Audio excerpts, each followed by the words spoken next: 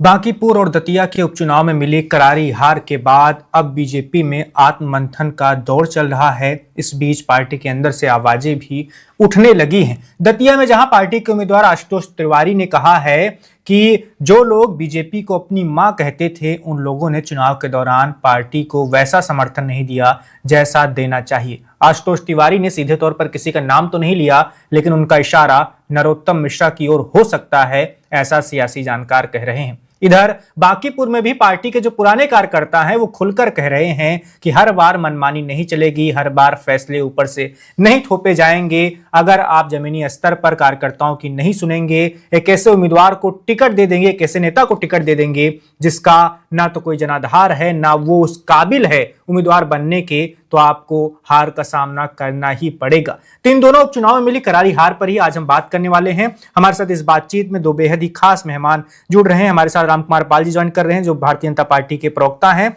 इसके अलावा राजकुमार राजन जी भी हमारे साथ जुड़ रहे हैं, आरजेडी के प्रवक्ता हैं। सबसे पहले रामकुमार पाल जी के पास ही चलेंगे, क्योंकि बांकीपुर की सीट 1995 से इनकी ही पार्टी के पास थी। इनकी पार्टी के नेता लगातार जीतते आ रहे थे, विधायक थे, लेकिन अब नहीं है।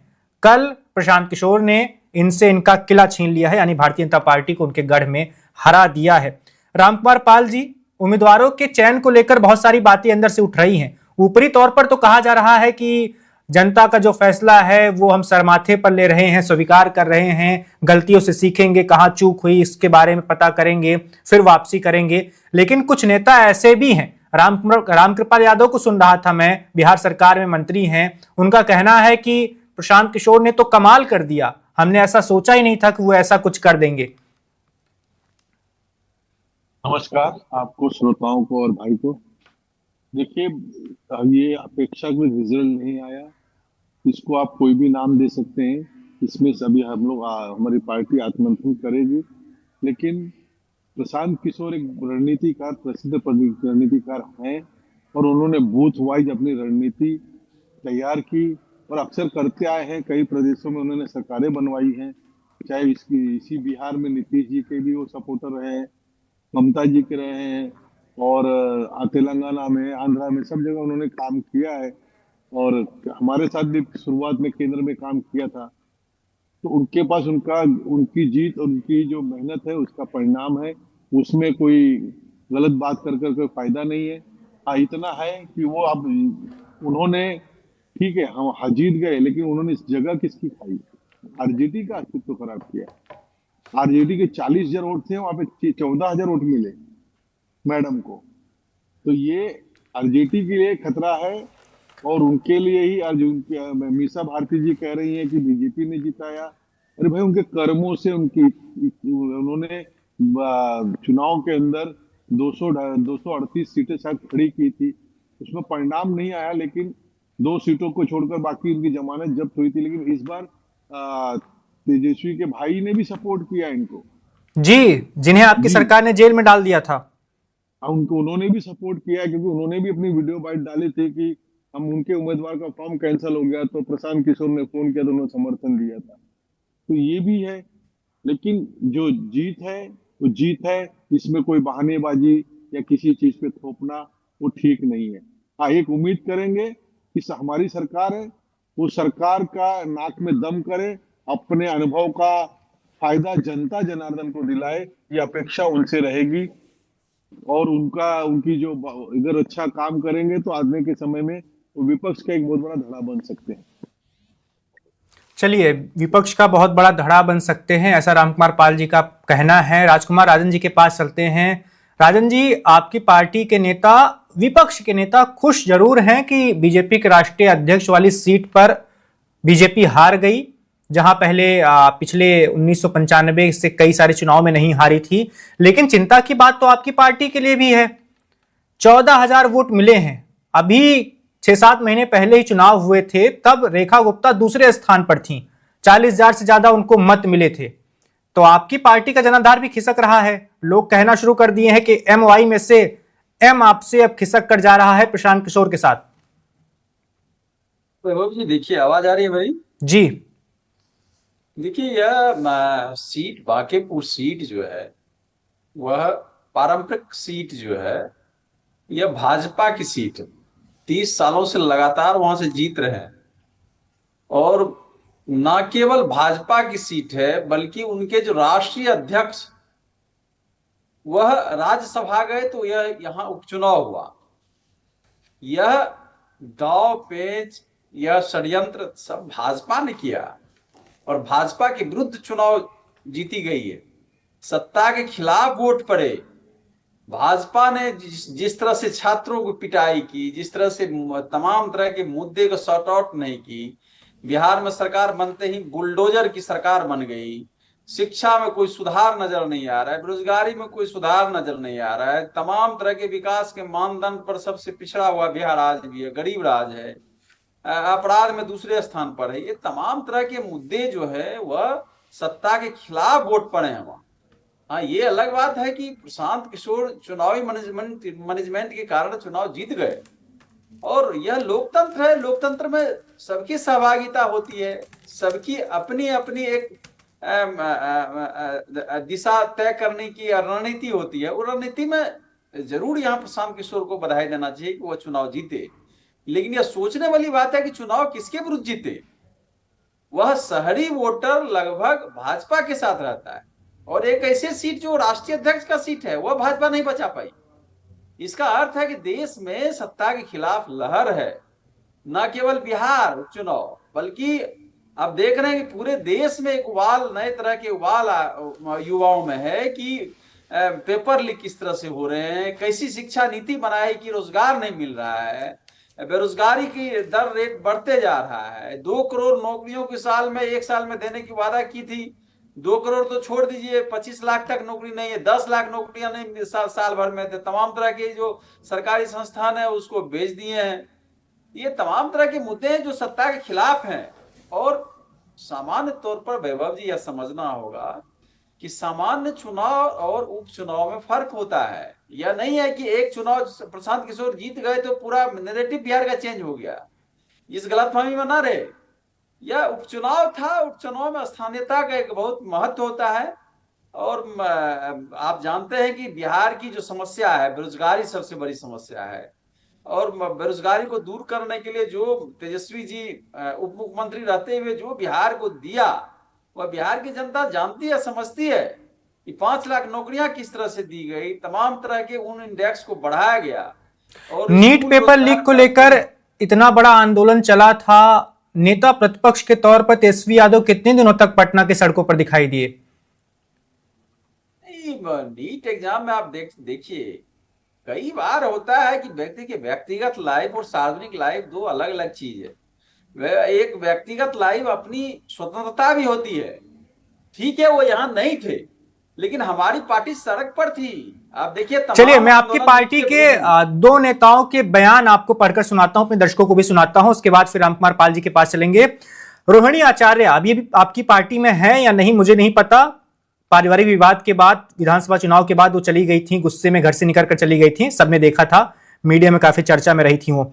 उन्होंने क्या लिखा है? बांकीपुर उपचुनाव के नतीजे से फिर यह साबित हो गया है कि जीत उसकी जरूर होती है जो लगातार लड़ता है, जनता से जिसका निरंतर जुड़ाव होता है, जो कार्यकर्ताओं एवं समर्थकों का सम्मान करता है और उनके साथ संपर्क व संवाद कायम रखता है। ऐसा कहना है रोहिणी आचार्य का। उन्होंने नाम तो नहीं लिया, लेकिन उनका यह जरूर कहना है कि जो लगातार मेहनत करता है जीत उसी को मिलती है। जो बीच में ब्रेक लेके मेहनत करता है कि चुनाव आएगा तो मेहनत कर दूंगा, उसके बाद बीच में फिर छुट्टियों पर रहूंगा, उसे सफलता नहीं मिलती। ऐसा रोहिणी आचार्य के एक्स पोस्ट से समझा जा सकता है। इसके अलावा भाई वीरेंद्र हैं, आपकी पार्टी के विधायक हैं, उनका क्या कहना है? उनका कहना है कि हमारे नेता के आसपास कुछ ऐसे लोग हैं जो पार्टी के लिए फायदा कम कर रहे हैं, नुकसान ज्यादा कर रहे हैं। वो असंसदीय शब्दों का प्रयोग करते हैं। वैसे लोगों को गाड़ी में भी नहीं बैठने देना चाहिए, निकाल देना चाहिए।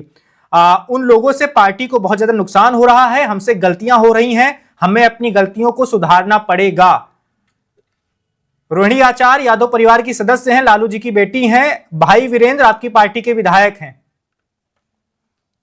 देखिए वैभव जी, व्यक्तिगत टीका टिप्पणी पर आप डिबेट नहीं कर रहे हैं। बिल्कुल बिल्कुल नहीं कर रहे, लेकिन हम सिर्फ इतना पूछ रहे हैं राजन जी कि जो पार्टी दूसरे नंबर की पार्टी थी, उस पार्टी का तीसरे नंबर पर पहुंचना, यह भी तो चिंता की बात है ना?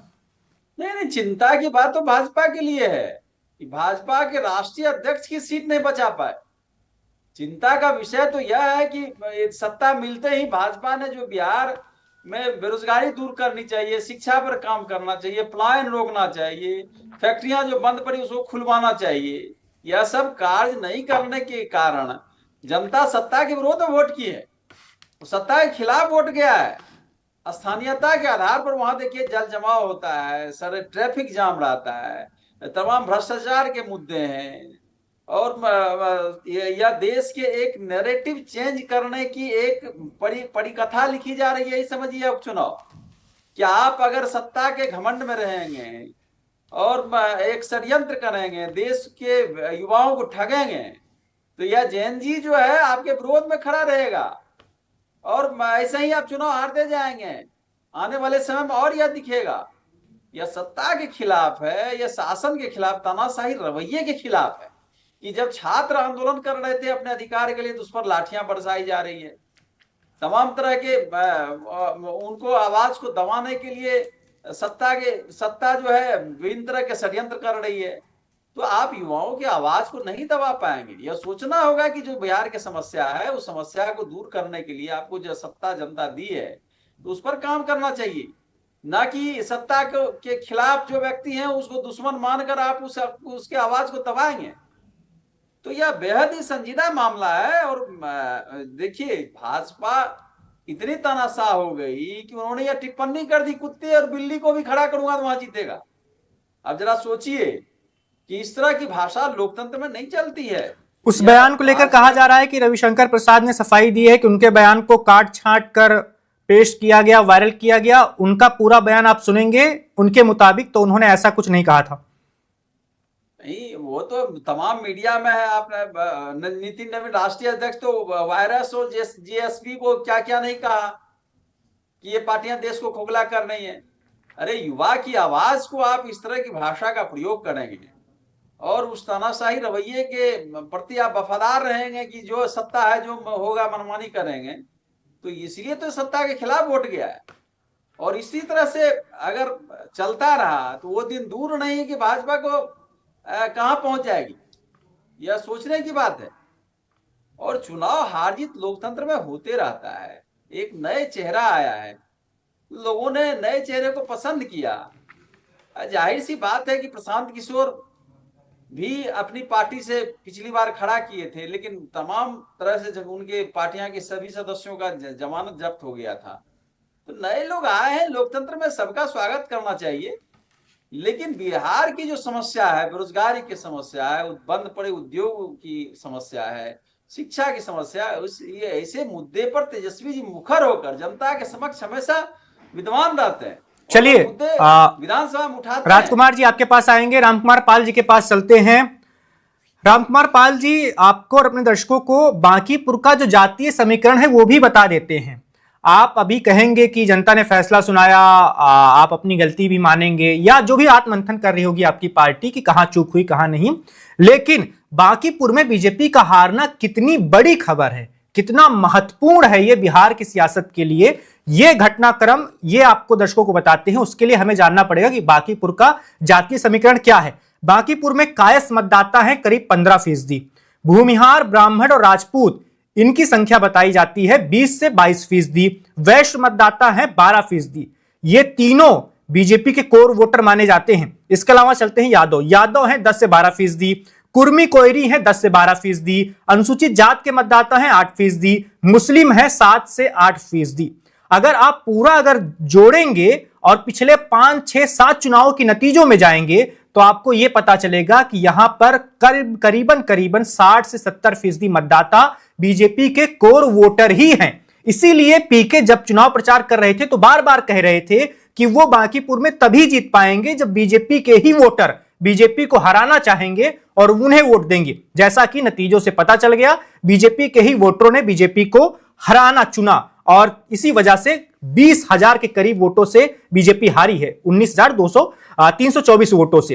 रामकुमार पाल जी, यह बात बार बार उठ रही है कि सवर्ण आपसे छिटक रहे हैं, बड़ी संख्या में नहीं, उनका छोटा हिस्सा ही, उनकी नाराजगी तो है। फिर चाहे वो यूजीसी मामले को लेकर हो राम मंदिर चंदा चोरी वाले मामले को लेकर हो, बिहार में ही बिलोटी में जो हुआ था भरत तिवारी और एनकाउंटर उसको लेकर हो, भूमिहारों में, ब्राह्मणों में, राजपूतों में एक गुस्सा देखने को मिल रहा है, बीजेपी को लेकर एक असंतोष देखने को मिल रहा है।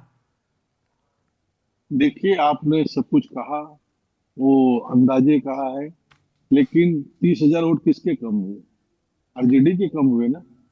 तेज प्रताप आरजेडी की है, जिसका अभी उनकी बहन में आरजेडी की है, तो ये आरजेडी के 30,000 वोट कम हुए और 20,000 वोट से जीते हैं। तो सर आरजेडी पर अभी हम बात कर चुके हैं रामकुमार पाल जी, अभी चलेंगे हम, राजकुमार राजन जी हमारे साथ जुड़े हुए हैं, आरजेडी पर हम विस्तार से बात करेंगे। हम अभी बीजेपी पर बात कर रहे हैं। इतनी मजबूत सीट जहां पर 60-70% मतदाता आपके कोर वोटर ही हैं, वहां पर आप हार गए। वही तो कारण हम बताना चाह रहे हैं कि वो भी है, और आप जो अनदेखा कर रहे हैं यूजीसी, वो भी हो सकता है। उससे काफी लोग नाराज हैं, उच्च वर्ग के जो हमारे मुख्य वोटर हैं, तो ये भी ये बात मानने को तैयार है। उसकी वो उस बात पे भी केंद्र के लोगों को विचार करना चाहिए। यूजीसी जो थोपा गया है या एक तरफा है। अच्छा रामकुमार पाल जी मुझे एक बात समझाइए सर, क्या बीजेपी की जो वर्तमान केंद्रीय शक्ति है, केंद्रीय नेतृत्व है, उसको ऐसा लगता है कि ये जो समर्थ वोटर हैं वो बीजेपी के स्थापना काल से ही वोटर रहे हैं, वो कहां छिटक के जाएंगे? और बीजेपी अपने और वोटरों को जोड़ने के लिए इन वोटरों को एक तरह से कह सकते हैं कि बहुत हल्के में लेकर चल रही थी कि ये तो रहेंगे ही, ये कहां जाएंगे। ये क्या एक गलती हो रही है बीजेपी से, ये मानकर चलना कि सवर्ण है तो बीजेपी को ही वोट करेंगे? ठीक वही गलती आरजेडी कर रही है कि मुस्लिम है कहां भाग के जाएंगे, वो हमें ही वोट करेंगे, आरजेडी के पास ही आखिरकार आएंगे। ये जो वोटरों को लेकर पहले से एक सोच बनी बैठी है कि हमें ही देंगे, किसी और देंगे। देखिए, जातवाद की खाई को पाटने का ही प्रयास रहता है, और इसमें ऐसा बिल्कुल नहीं कहेंगे कि हमको बाकी लोगों का वोट नहीं मिलता है। सभी वर्गों का वोट मिलता है, सबका साथ सबका विकास, और विकास की धारा पे मिलता है। आज बिहार वो बिहार नहीं है जो स्पेशल पैकेज मांगते थे। हर साल लोग सरकार में आते थे तो पैकेज मांगते थे। आज बिहार तरक्की कर रहा है, ठीक है, उतनी तरक्की नहीं हुई जितनी उत्तर प्रदेश की हुई है। होगा, हर जगह पे एम्स भी बन रहे हैं, जो भी चीजें बन रही हैं, एयरपोर्ट्स भी बन रहे हैं, तो ये सरकार जनता के लिए ही बन रहे हैं। ये अभी हमारे तेजस्वी जी मरीन ड्राइव में गए थे ना चुनाव के समय, अपने परिवार को लेकर आज के समय, तो बना है ना, पटना एयरपोर्ट भी बना है, पटना स्टेशन भी बन रहा है। ये सब कितने स्टेशन रिनोवेशन हो रहे हैं, तो ये सब जनता के लिए, जनता के कार्य के लिए। ठीक है, पीके जी जीते हैं, पीके जी अनुभवी है। आज कई प्रदेशों में सरकार बनाया तो वो सिंगल सीट जीतना उनके लिए बहुत कठिन बात नहीं थी। हाँ, हार हमें कबूल करते हैं, हम आत्ममंथन करेंगे, लेकिन यूजीसी जो आप इशारा कर रहे हैं तो वो भी हम मानते हैं कि हो सकता है यूजीसी। वो केंद्र के लोगों को सोचना चाहिए कि जब सबका साथ सबका विकास है तो सबके लिए न्याय होना चाहिए। उसमें डबल स्टैंडर्ड की बात क्यों रखी गई? अगर कोई गलती है तो दोनों पक्ष को उसका गलत ठहरना नहीं चाहिए, एक पक्ष को छूट देना, ये तो वही हो गया वक्फ बोर्ड जैसा। किसी कोर्ट में आप जा नहीं सकते, कहीं आप अपील नहीं कर सकते, आपको ट्रिब्यूनल बोर्ड में ही आना है। उसी तरह का यूजीसी है। तो कोई आज की तारीख में समझदार हर व्यक्ति है, हर तरह के लोग हैं। कोई आज की तारीख में ये नहीं है कि लालू जी और गांधी जी और इनके नाम पे वोट देगा, वो नहीं है सर। काम पे वोट मिलेगा, कार्य पे मिलेगा, चलिए आपकी सतर्कता पे मिलेगा। एक और बात उठ रही है रामकुमार जी, पहली बार आपकी पार्टी का मुख्यमंत्री बना है, आपका कोई विधायक मुख्यमंत्री बना है बिहार में। इससे पहले आप सहयोगी दल हुआ करते थे, नीतीश कुमार सीएम बनते थे। पहली ही बार बिहार से कोई बीजेपी का अध्यक्ष बना है, नितिन नवीन राष्ट्रीय अध्यक्ष हैं। दोनों चीजें पहली बार हुई हैं। बिहार की सत्ता के शीर्ष पर बैठा व्यक्ति आपकी पार्टी का, जो पार्टी के सब प्रमुख हैं वो भी बिहार के, तब भी बीजेपी पहले ही उपचुनाव में हार गई है। इस उपचुनाव को प्रशांत किशोर बता रहे थे कि जनमत संग्रह है, सम्राट चौधरी के मुख्यमंत्री के 100 दिनों के, 110 दिनों के, 20 दिनों के कार्यकाल को लेकर। अगर बांकीपुर की जनता हरा देती है बीजेपी को तो इससे यह माना जाएगा कि पूरे बिहार की जनता यह चाहती है कि सम्राट चौधरी सीएम बनने लायक तो नहीं है। और सच बात तो है रामकुमार पाल जी, जब नवंबर के महीने में चुनाव हुए थे, अक्टूबर नवंबर में, तब तो आपने नीतीश कुमार के चेहरे पर चुनाव लड़ा था। 25 से 30 फिर से नीतीश का नारा दिया था। अब 6 महीने बाद ही आपने नीतीश कुमार को हटा दिया। सम्राट चौधरी के चेहरे पर चुनाव तो लड़ा नहीं गया था, वो सिर्फ एक विधानसभा सीट से विधायक चुने गए थे। तो क्या जनता ये मानेगी कि ये धोखा हुआ है, इसीलिए आपको हराया गया? अनंत सिंह हैं जेडीयू के विधायक, उन्होंने साफ तौर पर कह दिया कि नीतीश को हटाया था, इसीलिए आपके साथ ये हो रहा है। ने कह दिया कि नीतीश जी को हटा दिया। नीतीश जी है राज्यसभा गए, अपनी मर्जी से गए हैं, और वो साथी हैं, एनडीए में सरकार है, उनके पुत्र मंत्री भी बने हैं। और ये इंडिया की संस्था की स्थापना किसने की? नीतीश जी ने की थी ना। इंडिया गठबंधन क्या है, किसने एकत्र किया था सबको? नीतीश जी थे उसमें, हमारे से अलग होके गए थे, बाद में समझ में आया वापस आ गए। नीतीश जी आज भी साथ में, कल भी साथ में रहेंगे। एनडीए का गठबंधन इनके तरह से नहीं होता है और इनके तरह से नहीं लड़ता है। एनडीए गठबंधन तो गठबंधन है, पूरा सम्मान है नीतीश जी को, आज भी है, कल भी रहेगा। उनके सम्मान में कोई कमी नहीं होगी। और ये कोई हमारी पार्टी परिवारवाद की पार्टी नहीं है, परिवार के लिए नहीं करते हैं कोई काम, जनता के लिए करते हैं। योगी जी हैं या चाहे मोदी जी हैं, कौन सा परिवार उनका इधर है? कौन से परिवार उनके खानदान लड़ रहे हैं? कौन सा उनका व्यक्ति राज्यसभा में जा रहा है? योगी जी की बहन दुकान चलाती है छोटी सी, तो देखा होगा आपने, शायद नहीं दिख रहा होगा तो देख लीजिएगा। छोटी सी चाय की दुकान चलाती है, उनकी अभी बहन की बिटिया बिल्कुल बिल्कुल, वो सब सार्वजनिक जीवन में है, सबको पता चल रहा है, सबको पता है, वो सब खबरों में आता रहता है। ये देश के लिए उदाहरण है कि किसके लिए इतनी काम कर रहे हैं, किसके लिए 24 घंटा काम कर रहे हैं। कौन है उसका वारिसदार? जनता उसकी वारिसदार है, जनता मालिक है, कोई नेता मालिक नहीं है। यही हमारे इनके में अंतर है। हम लोग सेवक है, जब तक जनता ने रखा है तो जनता सेवा का काम करेंगे। जनता को लगेगा गुरूर है, घमंड है, तो जनता गिरा भी देती है। जनता दोषी नहीं है, लेकिन है जनता को जागरूक करना, जनता को हर चीज से जगाना, ये नेताओं का काम होता है। जो फंड है, जो योजनाएं हैं, वो हर जनता के लोगों तक पहुंचनी चाहिए। इनसे पूछिए कि इनके समय में नरेगा का सिवा कौन सा फंड था? आज कितनी योजनाएं हैं, है कि नहीं योजनाएं? ये मानेंगे नहीं। विकास हो रहा है, नहीं दिखता इनको, नौकरियां मिले नहीं दिखती इनको। इन्होंने जब 5 लाख नौकरी की बढ़ाई कर रहे हैं तो किसके साथ में थे? गठबंधन में थे ना। अकेला श्रेय कैसे लेते हैं? जैसे अखिलेश जी लखनऊ एक्सप्रेस वे का श्रेय लेते हैं, उसी तरह ये 5 लाख नौकरियों का श्रेय लेते हैं। लेकिन रामकुमार पाल जी, रामकुमार पाल जी, हम सम्राट चौधरी को लेकर बात कर रहे थे, उनके मुख्यमंत्री बनने के बाद के कार्यकाल को लेकर बात कर रहे थे।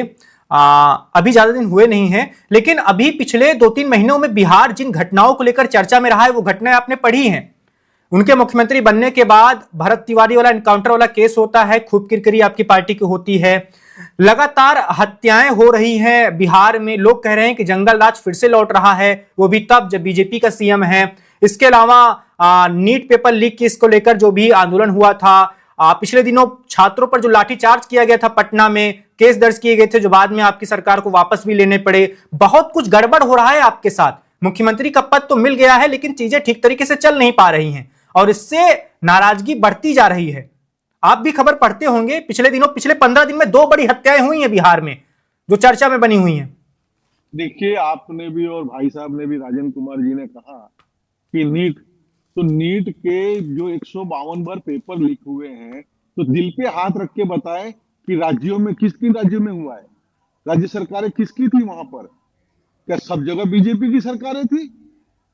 यूपी में नहीं हुआ है, बिहार में नहीं हुआ है, या राजस्थान में नहीं हुआ है, पंजाब में अभी भी हुआ है, झारखंड में अभी चल रहा है। वहां कोई जाने को राजी नहीं है, वहां कोई आवाज उठाने को राजी नहीं है। क्योंकि बीजेपी के लोग नहीं है। बीजेपी के खिलाफ काम करना और देश के लिए विरोध में काम करना, हिंदुत्व को किस तरह से दबाया जाए, वो इनका प्रयास रहता है। हमारा प्रयास सेवा रहता है, सनातन जागा रहे, सजग रहे और देखे कि कौन सच है कौन गलत है। बाकी चुनाव आते हैं जाते हैं, लेकिन नैतिकता रहनी चाहिए, सतर्कता रहनी चाहिए, ये हम मेरे हर नागरिक से कहेंगे। और आपने कहा कि सम्राट चौधरी, अरे भाई पी के आ गए हैं ना, उन्होंने कोर्ट में क्यों नहीं गए? बहुत आरोप लगाया था चुनाव में, जाना चाहिए। अब सदन में रिकॉर्ड पे लाना चाहिए बात।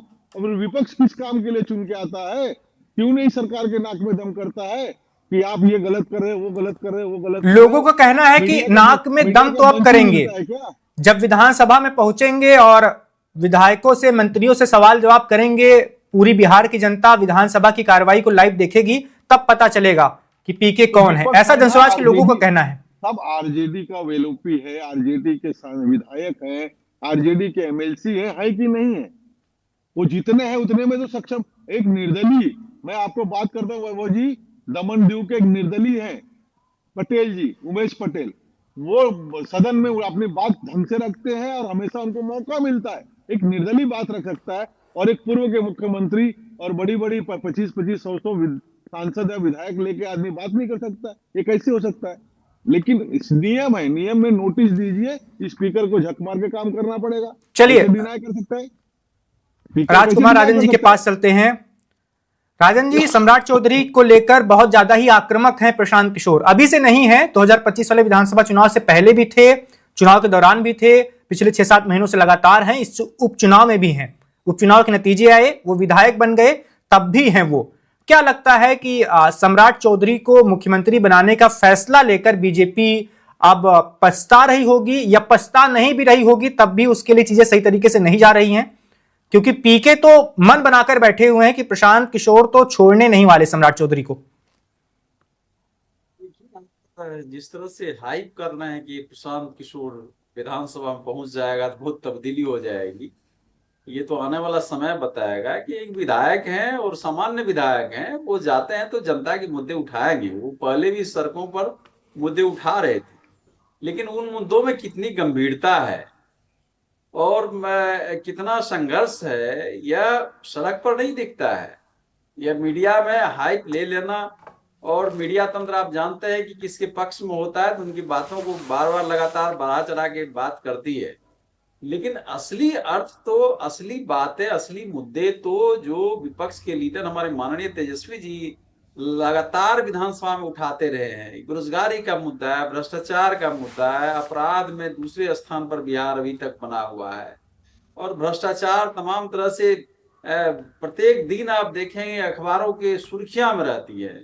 अपराधी का इतना मन बढ़ा हुआ है कि अपराध पूरे बिहार में आप देखें तो कहीं न कहीं मतलब इस तरह से अपराध सड़क पर घूमते हैं कि कोई कानून व्यवस्था नाम की चीज नहीं लगती है। ये मुद्दे बेरोजगारी के मुद्दे हैं, युवाओं के मुद्दे हैं, किसानों के मुद्दे हैं। यह सारे मुद्दे विपक्ष के लीडर माननीय तेजस्वी जी विधानसभा में लगातार मुखर आवाज में उठाते रहते हैं, और आने वाले समय में और भी आप देखेंगे कि वह मुद्दे उठेंगे। लेकिन इन सब के बीच यह समझना होगा कि प्रशांत किशोर का बिहार में जीतना सत्ता के खिलाफ एक व्यक्ति का जीतना है, एक विपक्ष का जीतना है। सत्ता के विरोध में फासिस्टवादी प्रवृत्तियों के विरुद्ध एक जीत जो है यह सुनिश्चित किया गया है। तो इसका अर्थ है कि सत्ता मिलते ही जो घमंड, जो अभिमान, जो तानाशाही रवैया इन्होंने अपनाया, छात्रों को जिस तरह से मारा पीटा गया, कुचला गया, 41 तक चला दिया गया, यह तमाम तरह के मुद्दे जो है वह वहां के बेरोजगार युवक, युवा, युवतियां समझती हैं, और इसलिए सत्ता के खिलाफ वोट पड़ा है। अब विकास की मानदंड की बात करते हैं। अरे भाई, अब सरकार में भले अभी भाजपा की सरकार अभी बनी हो, लेकिन सरकार में तो 20 सालों से थे। उन 20 सालों में आप देखिए विकास के जितने मानदंड हैं, उन मानदंडों पर कहां उतरता है बिहार। आप शिक्षा में फिसड्डी पर हैं, आप सबसे गरीब राज्य आप ही हैं, स्वास्थ्य के जितने इंडेक्स है सब में पिछड़े हुए हैं, जो गुंडागर्दी है बिहार में, तो भ्रष्टाचार है, पुलें टूट जाती है। तो यह तो साफ दिखता है कि आपने सत्ता पाकर बिहार का विकास तो नहीं किया, सत्यानाश और भी किया आपने। और ऐसे मुद्दे पर अगर बिहार का चुनाव होता है और नितिन नवीन की सीट हार जाती है तो यह भाजपा के लिए सोचनीय मुद्दा है। लेकिन एक और चीज मैं कहना चाहता हूं कि भाजपा का यह अंदरूनी संकट जो है वह गहराया हुआ है, क्योंकि एक तबका है भाजपा के अंदर जो सम्राट चौधरी के खिलाफ है। बहुत दिलचस्प बातें बता रहे हैं आप। हाँ, और वोटों इन तबके में कौन कौन से नेता हैं? नहीं, वो मैं नाम नहीं लेना चाहता हूं किसी से, लेकिन एक तबका है जो सम्राट चौधरी का विरोध कर रहा है, और यह भीतरघात यह दिख रहा है। अभी आपने जब यह वोट ऑफ परसेंटेज आपने बताया कि 15%, 20% और 12% वैश्य का वोट है, 37% वोटर तो उनके कोर वोटर थे, वो कहां चले गए? वो सम्राट चौधरी के खिलाफ वाले जो वोटर हैं, जो या नहीं चाहते हैं कि एक सामाजिक न्याय का कोई व्यक्ति मुख्यमंत्री बने, वह विरोध में कुछ लीडर जो हैं उनके खिलाफ वोट किया है। और ऐसा लगता है कि एक पारंपरिक सीट जो 30 सालों से इनकी सीट थी, नितिन नवीन की सीट है, वह यह सामान्य तौर पर यह चुनाव जीत हार का मामला नहीं है, मामला राष्ट्रीय अध्यक्ष का वह सीट जो 30 सालों से विधायक है, वह सीट को गंवाने का अर्थ है कि आप भीतर घात हुआ है, आपका ये कहना है। बीजेपी के ही नेताओं ने सम्राट चौधरी की छवि खराब करने के लिए ये उपचुनाव बीजेपी को हरवाया है। निश्चित एक जो कारण जो है यह विमर्श के केंद्र में यह भी है कि यह भाजपा के लिए सोचने की बात है। हम फिर भी जो मेरा कोर वोटर था वो वोट आया है, ये अलग बात है। कुछ वोट जो है जो वोटर एक युवा वर्ग का था वो प्रशांत किशोर की तरफ गया है, लेकिन वो सारे के सारे वोट भाजपा के हैं। क्योंकि जिस तरह से आपने जातीय समीकरण अभी बताया, 15%, 20%, 12% और 20% जो इनका कोरी कुर्मी का वोटर है, यह वोटर लगभग 57% बनता है। इनके कहां गए 57% वोटर? यह इंटैक्ट वोटर, ये शिफ्ट जो किया है, यह वही वोटर है जो सम्राट चौधरी के खिलाफ है, जो इनकी फासिस्टवादी प्रवृत्तियों के खिलाफ है, जो शिक्षा विरोधी, जिस तरह से नीट एग्जाम, तमाम तरह के वह बेरोजगार आप देखते हैं कि वर्षों तक वह तैयारियां करते हैं, मध्यवर्गीय परिवार वह अपने खेत खलिहान बेचकर बच्चे को पढ़ाता है और एग्जाम देने जाता है, पता चला कि एग्जाम लीक है, पेपर लीक है। वह कहां जाए युवा? और युवा सड़क पर उतरता है अपने अधिकार के लिए, उसको लाठी डंडे आप बरसाते हैं। तो देश का युवा कहां जाए? आपने 2 करोड़ नौकरी की बात की थी, कितने नौकरियां आपने दे दी? चलिए राजकुमार राजन जी आपके पास आएंगे, रामकुमार पाल जी के पास चलेंगे। दर्शकों के कुछ सवाल है रामकुमार जी से, भारतीय जनता पार्टी के प्रवक्ता से। रामकुमार जी, धीरेन्द्र कुमार हैं, ये बिहार से ही आते हैं, उन्होंने सवाल पूछा है आपसे। उन्होंने सवाल क्या पूछा है? आपको बताया है कि अहंकार प्रभु का भोजन है, अहंकार काम नहीं करता है बिहार में, नतीजों से पता चल गया है। और एक और हैं हरेंद्र कुमार सिंह उनका नाम है, उनका कहना है कि सम्राट चौधरी को अगर बीजेपी नहीं हटाएगी तो बीजेपी को आने वाले विधानसभा चुनाव यानी जो 2030 में होगा उसमें एक भी सीट नहीं मिलेगी, सम्राट को हटाना ही पड़ेगा। नहीं, वो तो श्रोता है और वो उनकी राय ठीक है, लेकिन हमारी पार्टी या हम लोगों को ऐसे कार्यकर्ता है कि घमंड होता ही नहीं। सेवाधारी व्यक्ति को घमंड नहीं होता है और घमंड हम लोगों में नहीं है, कभी होगा भी नहीं। हाँ, गलत सही अगर होता है तो उसको जनता अपना मतों के अधिकार से उसको सबक सिखाती है। एक तरह से यहाँ कुछ भी होगा, दतिया में कुछ होगा तो गलत कुछ हुआ होगा तो उसका सबक मिला है, उसे सीख लेंगे। उसे हम जनता का अपमान नहीं करेंगे, मतदाताओं का अपमान बिल्कुल नहीं करेंगे। और मैं तो आपके चैनल पे एक बात रखना चाहूंगा कि ये जात पात की बात को करो विदाई, राष्ट्रवाद के बात पे आप मतदान करो, राष्ट्र की बात करो। ये जात पात से बहुत हो गया। देश आगे कितना बढ़ा 2014 के पहले और 2014 के बाद। क्या महंगाई कह रहे हैं डबल डिजिट में था इनके पास, आज 4.5 के आसपास है। कहाँ है कि तो डबल आपके ऊपर गाना बना था कि हाय महंगाई मार गई। तो आप लोग के यहाँ जो 2008 और 9 में जो मुद्रास्फीति के हालात थी, कोई युद्ध नहीं हुआ था, कोई कोरोना नहीं था, फिर भी क्या हाल किया था आपने? ऑयल बॉन्ड बेचा, क्या क्या किया आप लोगों ने, लेकिन ऐसा यहाँ कुछ नहीं हुआ। आज यहाँ माइक्रो से लेके ऊपर तक आपके सेना के लिए शस्त्र देने के लिए और ड्रेस के लिए पैसे नहीं थे। एक के एंट्री सदन में कहा कि नहीं है धन। पेट्रोल के मामले में चिदम्बरम कहते कि रात में पेट्रोल पंप बंद करेंगे। और मणिशंकर अय्यर ये इथेनॉल का जो कर रहे हैं 5% 2005 से चालू हुआ है, 2005 से। तो सारा का सारा आरोप, जैसे कि पेपर लीक का आरोप बीजेपी पे डालना चाहते हैं, ये भी गलत है। 152 पेपर लीक हमारे कार्यकाल में हुए तो उस राज्य सरकारें विपक्ष की थी, लेकिन हम उसको ये नहीं कहते, वर्गीकरण नहीं करते। हुआ उसका रीनीट एग्जाम भी किया, कानून भी बनाया और 22 लाख विद्यार्थियों में से 11 लाख विद्यार्थी उत्तीर्ण भी हुए। तो ये उनका हक अधिकार था, हमने कुछ नहीं किया, काम किया है उसको रामकुमार जी, काम किया। इन लोगों ने कानून भी नहीं बनाया था। बांकीपुरी पर ही अगर हम बात करें, अभी राजकुमार राजन जी कुछ सवाल पूछ रहे थे या कुछ बता रहे थे वो कि भीतर घात हुआ है, आपकी पार्टी के कुछ नेताओं ने जानबूझकर हरवाया है पार्टी को। वो नहीं चाहते थे कि सम्राट चौधरी की छवि अच्छी बनी रहे, वो मुख्यमंत्री पद पर लगातार बने रहे, वो सम्राट के सीएम बनने से खुश नहीं है, ऐसा उनका दावा है, ऐसा उनका कहना है। उन्होंने भी कहीं बातें सुनी होंगी, चर्चाएं तो ऐसी चल भी रही हैं। क्या सच में आपको ऐसा लगता है कि अंदर खाने कुछ खेल हुआ है?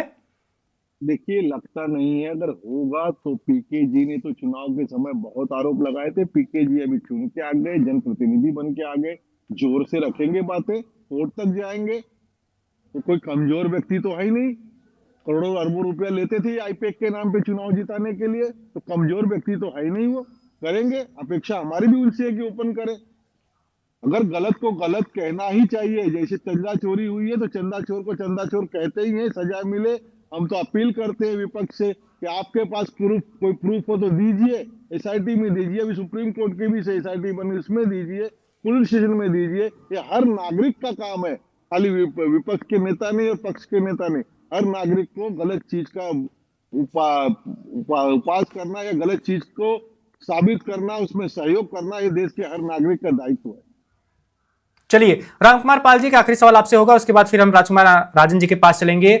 क्या आपको लगता है कि बस ये एक उपचुनाव का नतीजा है, आप लोग चीजों को ठीक कर लेंगे, जो भी माहौल बिगड़ रहा है आपके खिलाफ जा रहा है वो सब ठीक कर लेंगे? देखिए, प्रयास करेंगे। अगर गलत हुआ है तो उसको सुधारेंगे। अगर सम्राट चौधरी इतने ही विरोध लग रहे तो हमारी सरकार, हमारे पास रिजल्ट है। गुजरात में मुख्यमंत्री से लेकर सारे मंत्री बदलते, यहाँ कोई ऐसा नहीं है। तो मुख्यमंत्री कौन कौन कैसे कैसे लाए हैं किसी को नाम भी नहीं पता। अगर लगेगा गलत है तो ये भी कार्य हो सकता है, इसमें कोई संकोच नहीं है। ये वो पार्टी नहीं है कि साबुद्दीन और ये वो सब वो वाली पार्टी नहीं है। अगर जनता का या आपके दो श्रोताओं का विरोध मेरे प्रधानमंत्री तक पहुंचेगा तो सोचेंगे उस पर, और वो भी करने का काम करेगा। कोई यहाँ मालिक नहीं है पार्टी का मालिक जनता जनार्दन है। नितिन नवीन की छवि पर कोई असर पड़ा है? राष्ट्रीय अध्यक्ष बने हैं, युवा हैं, 50 साल से कम की उम्र है, लेकिन अपनी ही सीट पर पार्टी को नहीं जिता पाए। क्या पार्टी में बोलबाला थोड़ा कम होगा? नितिन नवीन की जो बिहार से लाया गया है, युवा लाने का संदेश है। देश भर में 15 लाख युवाओं को सक्रिय और उच्च राजनीति में लाने का प्रयास है। यहाँ हमारे यहाँ भी मुंबई प्रदेश में नगर पालिका में चुनाव हुए, सारे युवाओं को लाया गया। उन जो पूर्व के नगर सेवक थे उनके बच्चों को लाया गया। युवा को लाना है, 15 लाख युवाओं को सक्रिय राजनीति में ग्राम पंचायत से लेकर केंद्र में लाने का एक मैसेज है नितिन नवीन को राष्ट्रीय अध्यक्ष इसीलिए बनाया गया है कि 55 से नीचे जो भी है वो युवा, देश को आगे हमने यहाँ तक लाया है, आगे ही युवा ले जाएंगे। इसके लिए ये प्रयास है, मोदी जी का यह घोषणा है कि युवाओं को लाना है। तो जितने भी आप देखे होंगे चुनाव में, युवाओं को टिकट मिल रही है, अधिक से अधिक उनको समर्थन मिल रहा है, साथ मिल रहा है। और नसीब जिसकी जागे जहां। अभी महिलाओं को 50%, 33% देने का प्रयास है, वो भी हो जाएगा। आज नहीं कल तो वो भी हो जाएगा। चलिए, राजकुमार जी के पास चलते हैं। राजकुमार जी, आप बीजेपी के बारे में बता रहे थे, मैंने खुद आंकड़े बताए थे कि बीजेपी के बांकीपुर में कितने समीकरण, जातीय समीकरण कैसे उनके पक्ष में मजबूत थे, लेकिन इस चुनाव में सारे धाराशायी हो गए। आपको भी तो कायदे से मुस्लिम और यादव समीकरण जो आपका बिहार में बना हुआ है, उसके हिसाब से आपको कम से कम 18-20% वोट तो आराम से मिलने चाहिए थे। आपको मिला कितना है? आपकी उम्मीदवार रेखा गुप्ता को मिला है 14,273 वोट, जो फीसदी में अगर देखें, प्रतिशत में देखें तो 10.95% वोट मिला है। तो वोट बैंक तो आपका भी टूटा है, नुकसान तो आपका भी हुआ है। कैसे उभरेंगे इससे? क्या तेजस्वी यादव अपनी रणनीति में बदलाव लाएंगे? उनके आसपास के लोगों के बारे में जो बातें लगातार उठती रहती हैं, फिर चाहे वो रोहिणी आचार उठाएं, भाई वीरेंद्र उठाएं, या पार्टी के तमाम नेता, तेज प्रताप यादव बार बार कहते रहते हैं कि हाईजैक कर लिया है कुछ लोगों ने तेजस्वी यादव को, क्या बदलाव लाएंगे अपनी राजनीति में, राजनीतिक शैली में? देखिए वैभव जी, ये वोट और परसेंटेज की जब बात आप करते हैं, प्रतिशत की जब बात करते हैं, तो यह साफ दिखता है कि बीजेपी की यह पारंपरिक सीट थी, वह खिसकी है बीजेपी की। बिल्कुल, हम तो विपक्ष में थे और वहां दूसरे पायदान पर पिछले चुनाव में भी थे। उससे पहले आप देखिए 20 से पहले वह यह सीटें कांग्रेस को दी जाती थी, कांग्रेस वहां से लड़ता था। इसलिए जो वोट ऑफ प्रतिशत है वह भाजपा का वोट ऑफ प्रतिशत जो है खिसक कर प्रशांत किशोर की तरफ चला गया। और निसंदेह यह जो जीत हार है वह सत्ता के खिलाफ है, और ना केवल सत्ता के खिलाफ है, सम्राट चौधरी के भी खिलाफ है। आप एक चीफ मिनिस्टर रहते हुए, मुख्यमंत्री रहते हुए सूबे में जो तमाम तरह की समस्याएं हैं, उन समस्याओं पर एक भी आप समस्या बता दीजिए जिस पर सरकार 100 दिनों में यह निर्णय ली हो कि यह कार्य होना चाहिए। एक भी आप पत्रकार है, आप जानते हैं कि बड़ा निर्णय कोई सरकार ली हो कि जनता के हित में यह कारगर साबित होगा, कोई कारगर साबित होने की निर्णयात्मक स्थिति में स्वयं सम्राट चौधरी नहीं है। आप देखिए एक उपचुनाव और एक एमएलसी का चुनाव, दोनों चुनाव हार चुकी है भाजपा इन 100 दिनों के अंदर। तो यह सत्ता के खिलाफ वो वोट था, और जाहिर सी बात है कि सत्ता के खिलाफ वोट जब पड़ता है तब वह किसके खाते में जाता है। अब जानते हैं देश के युवाओं का एक माहौल बना हुआ है, युवा वर्ग सड़क पर है, वह बेरोजगारी से जूझ रहा है, वह पेपर लीक से जूझ रहा है। एजुकेशन सिस्टम ने आपने ऐसा हाईजैक कर रखा है कि उस सिस्टम में रोजगारोन्मुख सिस्टम बनना चाहिए, वो सिस्टम दिखाई नहीं दे रहा है। तो यह तमाम तरह की जो समस्याएं हैं उनका हल बीजेपी के साइड से नहीं हो रहा है। बीजेपी खुलेआम उन चुनौतियों को स्वीकार तो करती है और उन पर बात करती है और भूल भुलैया करके बड़ी बड़ी बात करती है, लेकिन आम जनता तक जो समस्या का निदान होना चाहिए वह निदान नहीं दिखता है। उसी का दुष्परिणाम है कि आज भाजपा भुगत रही कि राष्ट्रीय अध्यक्ष किस सीट नहीं बचा पाए। ये कहने के लिए कुछ भी कह लें, लेकिन एक बड़ा मैसेज तो देश को गया है कि देश दुनिया की सबसे बड़ी पार्टी का दम भरने वाले उनके अपने ही राष्ट्रीय अध्यक्ष की जो सीट थी उसको नहीं बचा पाए। तो आप समझ सकते हैं कि सत्ता के विरोध और फासिस्टवादी प्रवृत्ति के विरुद्ध जो है युवा उठ खड़ा हुआ है, और यह संघर्ष जो है आगे भी चलता रहेगा। क्या आपको लगता है ये शुरुआत है एक बड़े बदलाव की, जैसा कि बहुत सारे लोगों का मानना है? सीजेपी आंदोलन हुआ, धर्मेंद्र प्रधान का इस्तीफा हुआ, राम मंदिर मामले को लेकर सरकार घिरी हुई है, नीट पेपर लीक के केस को लेकर देश भर में प्रदर्शन हो रहे हैं। देखिए, सत्ता जब फासिस्टवादी प्रवृत्ति की होने लगती है, सत्ता जन विरोधी हो जाती है, सत्ता सामान्य जनता की बात न सुनकर अपने घमंड में चूर रहती है, तो यह दुनिया के इतिहास में बड़े बड़े तानाशाह आए और चले गए। और यह तानाशाही बीजेपी भाजपा जो कर रही है वो भुगतना पड़ेगा उसे। और जल्दी आप देखेंगे देश में नैरेटिव चेंज होने जा रहा है, बड़े बदलाव की तरफ देश के युवा वर्ग हैं। किस तरह का बदलाव? सकारात्मक बदलाव होगा कि आप अगर उन युवाओं के मुद्दे को आप समाधान नहीं करते हैं, बेरोजगारी पर दूर करने की रणनीति नहीं बनाते, एजुकेशन सिस्टम को नहीं बदलते हैं, आप बेरोजगारी के फॉल्स खड़ा करेंगे तो युवा कहां जाए, आखिर किसके पास डिमांड करेगा? तो युवा ये मांग करता है बदलाव में। ये जिस बदलाव की आप बात कर रहे हैं उसमें आपकी पार्टी भी कंधा लगाएगी, या ये बदलाव प्रशांत किशोर अपने जिम्मे ही उठाकर करेंगे? नहीं, देखिए, एक बड़ी पार्टी, हमारी बड़ी पार्टी है बिहार में। आप जानते हैं कि हमारे माननीय तेजस्वी जी विपक्ष के लीडर उन जनता के उन मुद्दों को उठाते रहते हैं, बड़ी बेबाकी से अपनी बात रखते हैं। हमारे छात्र, युवा, राजनीति और जो कार्यकर्ता है उस सड़क पर रहते हैं, आंदोलित रहते हैं। जनता के मुद्दे को हम बार बार विधानसभा में उठाते रहते हैं, उन पर डिबेट करते हैं, विमर्श करते हैं, ध्यान आकर्षण करते रहते हैं कि सत्ता पक्ष समझिए कि आप जो पुल बनाते हैं क्यों गिर रहा है, आप जो भ्रष्टाचार इतना जो राज्य में है क्यों है। और यही नहीं, आप देखिए भ्रष्टाचार इतना चरम पर है कि अभी भी कुछ दिन पहले इंजीनियर के घर में छापा पड़ा, आप देखेंगे उनके नल से लेकर बाथरूम तक में फटे हुए नोट चित्रे मिले। तो यह जो बिहार का आलम है, जो आप सत्ता में आते ही जब डबल इंजन की सरकार है, आप उन मुद्दों को समाधान कर सकते थे, लेकिन उन मुद्दों को समाधान करने का आपके पास रणनीति नहीं है। हमने तो 17 महीनों की सरकार में यह दिखाया है कि बेरोजगारी कैसे दूर होती है, 5 लाख नौकरियां कैसे दी गई थी, कैसे पूरे मॉडल को रोल मॉडल बनाया गया था। ये बिहार की जनता देखी है, ये कहने की बात नहीं है, हमने तो उसको व्यवहारिक रूप में परिणत किया है। इसीलिए यह भाजपा की हार है और करारी हार है, और भाजपा की का जो तनाशाह रवैया है उस पर कुठाराघात है, चोट है। और भाजपा को यह समझना होगा कि यह दुष्चक्र क्यों हुआ उनके साथ, और यह सोचनीय विचारणीय प्रश्न है भाजपा के लिए कि आप अगर तानाशाही रवैया इसी तरह से अपनाते रहेंगे तो आपका यही हाल होता रहेगा और आने वाले समय में और भी दिखेगा। इसलिए इस चुनाव के संदर्भ में यह सत्ता पक्ष पर एक प्रश्न खड़ा है कि आप आम जनता जनार्दन की समस्या और मुद्दे को समझिए, उस गंभीरता को समझिए कि देश का युवा वर्ग क्या चाह रहा है।